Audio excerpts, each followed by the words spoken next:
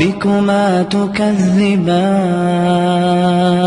اللہ کی حکمت ہے جہاں چاہا زمین کو ہلا دیا، پر زلزلے آنے کے تین سبب ہیں زنا، شراب، موسیقی، گھر گھر ناچ، اور ناچ بھی ننگے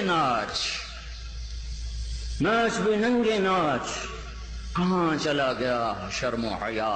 پہاڑ کے لوگ تو بڑے حیا والے تھے، پر اس سڑک کا ستیہ ناس ہو، اس بجلی کا ستیہ ناس ہو، یہ جہاں گئی اس نے حیا پہ جنازہ پڑھ کے اسے دفن کر دیا۔ اور یہ بذات خود کوئی بری چیز نہیں ہے، نہ بجلی نہ سڑک، انسان برا ہوا، اس نے اتنی بڑی اللہ کی نعمت کو بدماشی پہ لگا دیا، عیاشی پہ لگا دیا۔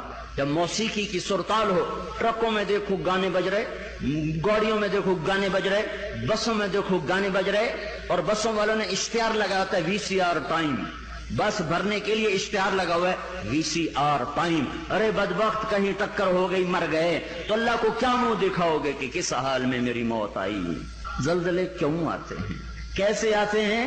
سائنسدان بولا پلیٹیں ٹکرائیں، کیوں آتے ہیں؟ وہ چپ ہو گیا تو ہم بولے زلزلے اس لیے آتے ہیں کہ میرے محبوب صلی اللہ علیہ وسلم نے فرمایا جب حکومت کے افسر بددیانت ہو جائیں گے، جب حکومت کے افسر بددیانت ہو جائیں گے اور حکومت کے خزانے کو خود لوٹ جائیں گے، جب حکومت کے افسران حکومت کا خزانہ خود لوٹ جائیں گے، جو عوام کے لیے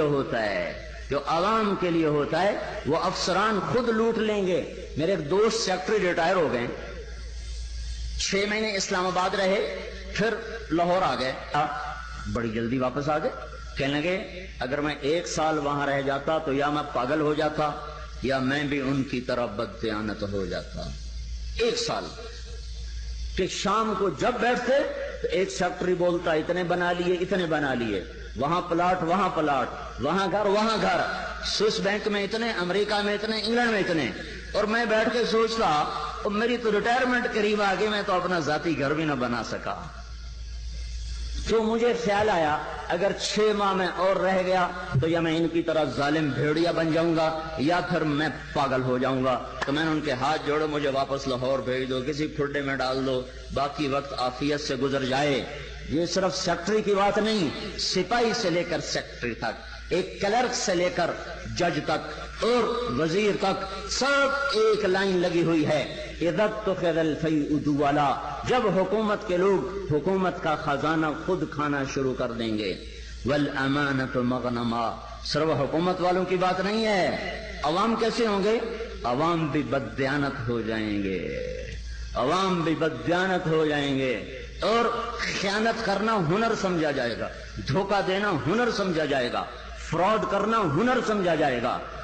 نکمے ترین انسانوں کے ہاتھ میں ہوگی، جن کے سینوں سے دل نکل کر پتھر پھٹ ہوں گے، جنہیں انسانیت کے غم اور درد سے کوئی سروکار نہ ہوگا، انہیں صرف اپنا پیٹ نظر آئے گا، ان بدبختوں کو اور کچھ نظر نہ آئے گا۔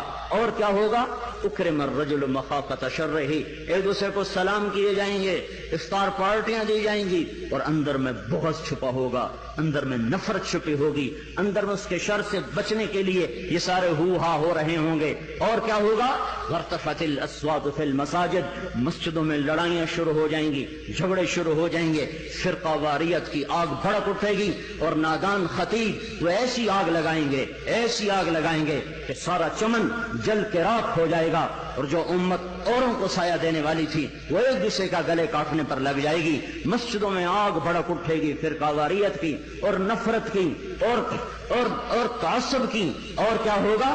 وَظَهَرَتِ الْقَيْنَاتُ وَالْمَعَازِفُ، گانے والیاں عام ہو جائیں گی، گانے والیاں ظاہرت کا ایک مطلب ہے کثرت ہو جائے گی، ہر طرف گانے بجانے، دوسرا مطلب یہ ظاہرت، گانے والیاں معزز میڈم کے لقب پائیں گی، فنکارہ کہلائیں گی، ایوارڈ دیے جا رہے، ناچنے والے گانے والے قومی ہیرو کہلائے جا رہے۔ ہائے ہائے، اس امت کا ڈوبنا مقدر ہو ہی جاتا ہے، جہاں ناچنے والے، جہاں گانے والے، جہاں بلہ پکڑ کے کھیلنے والے ہیرو بن جائیں، وہاں اس قوم کا ڈوبنا ہی مقدر ہے۔ اس قوم کا ڈوبنا ہی مقدر ہے.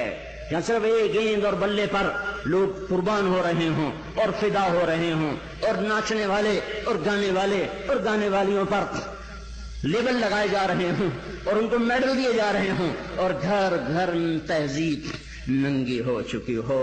اور آج کا کیبل تمہیں کیا دکھا رہا ہے؟